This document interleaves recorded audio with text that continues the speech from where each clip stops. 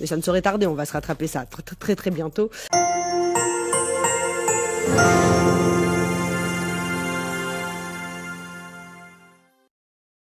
Bonjour la famille. Kodi basi tawlane basi tawlan yerebe ya basi fuitana. Donc nga foli be malien chamana musuma bela jele Mali kono ani Mali koka. La famille bitan kadi turu ambe ande doron beji mun kera ani kuba mun kera semaine ngono kola shawma la famille te bitan kadi turu ma vraiment la famille ni semaine jara turu. Donc nya fa na chugumna o kelendo on ne rebe ñogon bolo bi aka ñoga chen bandi black bandi. Donc faut pas la famille ja bita kadide ma glaja chokoroba malira peruga kangu musa. Donc alere document direct la bi France 24 sans faire ani refi. Donc on va faire vidéo ngala mbe je kala ñogon fe comme awere ñawala jogo mina la famille cha non aja ni double album koy ta uyakila kabe daruma temna obegangwa. Donc mo de famana la famille abdom ablalembe bega blalani moko bala kasan. Donc abe soro plateforme bla jelenga yipsega san en même temps yipsega a télécharger YouTube fananga kala me choko mukadi ma fuma la famille. Donc on est ensemble. France 24 présente. Hello la famille, bienvenue dans Légendes urbaines, l'émission faite par nous pour tous de RFI et France 24. J'espère très sincèrement que vous allez tous bien malgré la situation extrêmement particulière que bon nombre d'entre nous vivons, subissons un petit peu partout dans le monde. Mais vous connaissez l'équipe, on ne se laisse pas faire, on ne se démonte pas, on continue de parler des cultures urbaines mondiales et de mettre en avant des projets phares, notamment Mon Empire, double album sorti récemment du rappeur malien Iba One, véritable star du rap game qui malheureusement, Covid oblige, ne peut pas être parmi nous en chair et en os, mais ça ne saurait tarder, on va se rattraper.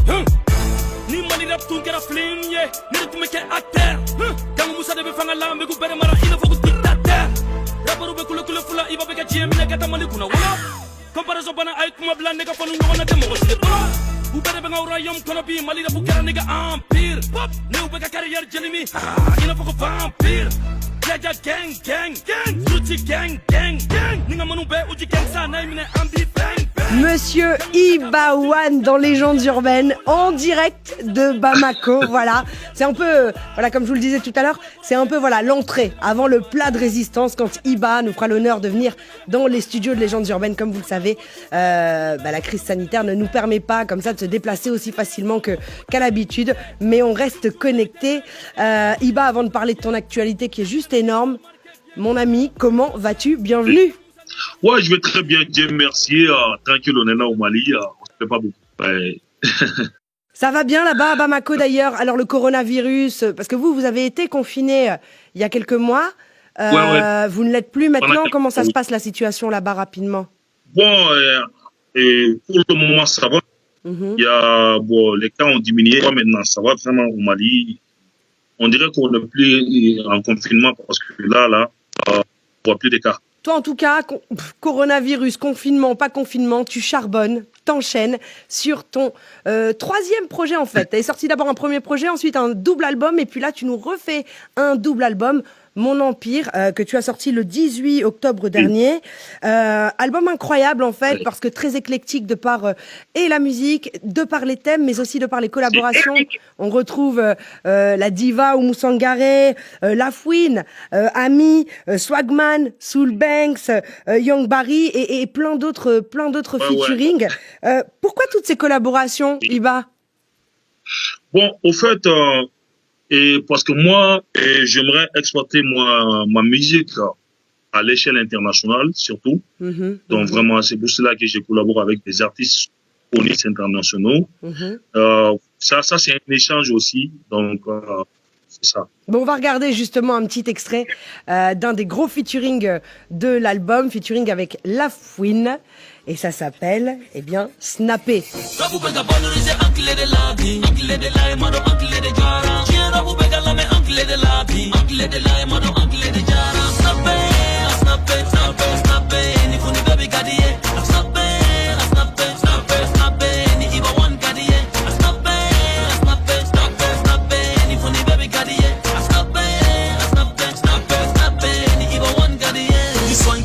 manu beba snap boîte la ananga go bebe nyongo snap shisha club la oro koni mali bani fla be again c'est tout pari ba go anira pour bede bain me voyager katanga kel c'est du Casablanca ni la tourner la médaille repose for Atlanta 10 années 6 c'est alibi menga go la ni doma para sana ga mo foi teka boala kapira pour jamine ne teka jome para la de ko mo kote se na wanya foka toala ni dimina me mali ra pour la année blanche la envoyer États-Unis me concert la maison blanche la ça du 26 mars au kera iva marsi nga fanu yenga victoire que de vene marsi ou tout era pour dominer de nana ganya yurula ou teka kene pe passer na six bega dugula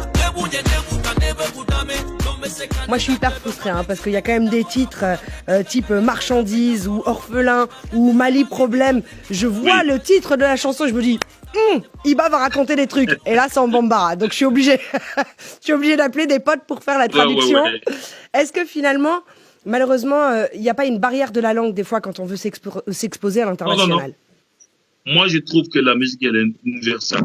Et la musique, elle est universelle parce que quand il y a la bonne sonorité et puis quand elle est bon en même temps, le beat, le rythme est bon.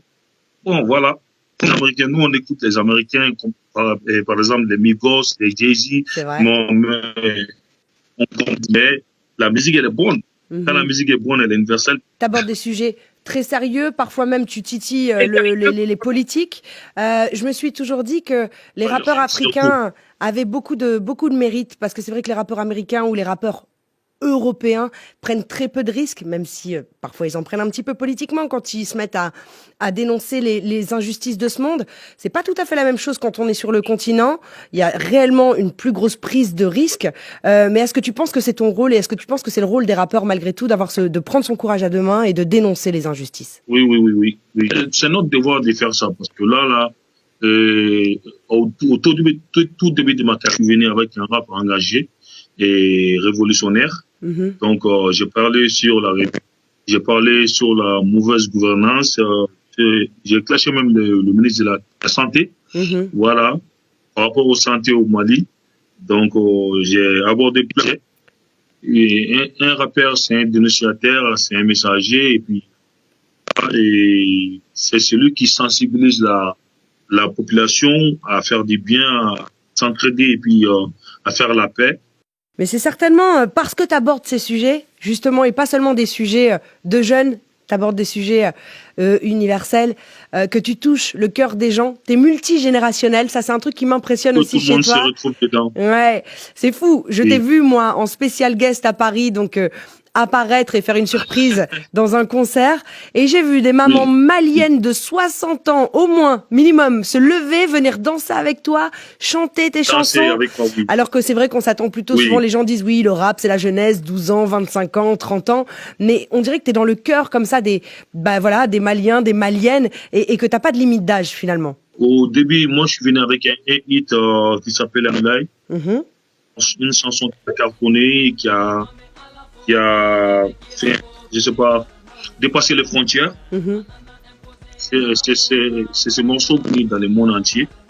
Donc les mamans, les papas, toutes les grandes personnalités, ils ont aimé le son. Donc c'est ça qui a fait tout le temps. Je suis suivi par des grandes personnalités, des mamans, des papas, par toute une génération, toute la génération, quoi, je peux dire. Donc c'est vrai que tu touches toutes les générations. C'est formidable parce que c'est ça l'universalité de la musique. C'est certainement aussi ça qui te permet de remplir des stades. Et quand on parle de stade, on parle quand même du stade du 26 mars de Bamako, qui est quand même un stade équivalent au Stade de France, 80 000 personnes. Stade que tu as rempli à 3 reprises, en 2017, en 2019 et là récemment, le 24 octobre 2020. Voilà, plein, stade complet à chaque fois. Parle-nous un petit peu de cette expérience qui est incroyable. Non, en fait, c'est le et puis c'est le travail aussi. Donc en même temps je dirais que il y a Dieu, il y a la bénédiction et il y a mes fans. Alors voilà, t'as des soldats, mais c'est vrai que les fans et les gens qui t'ouvrent leur cœur et qui te suivent ne te suivent pas non plus seulement que pour la musique. Il y a toujours un truc en plus souvent quand les artistes ont autant de fans et des fans aussi fidèles. Tu fais beaucoup d'humanitaire. Pendant la première vague du Covid, tu as aidé pas mal de familles, à livré des fournitures pour se protéger contre le coronavirus. Donc je crois que des masques, du gel antiseptique. Là récemment, tu as fait des dons aux familles militaires. Tu fais énormément d'humanitaire. Parle-nous un petit peu de cette... Ok, la famille, donc, ne vidéo indira oui, vous ka aimer, ka liker, ka partager. Donc, amène et que et bandi.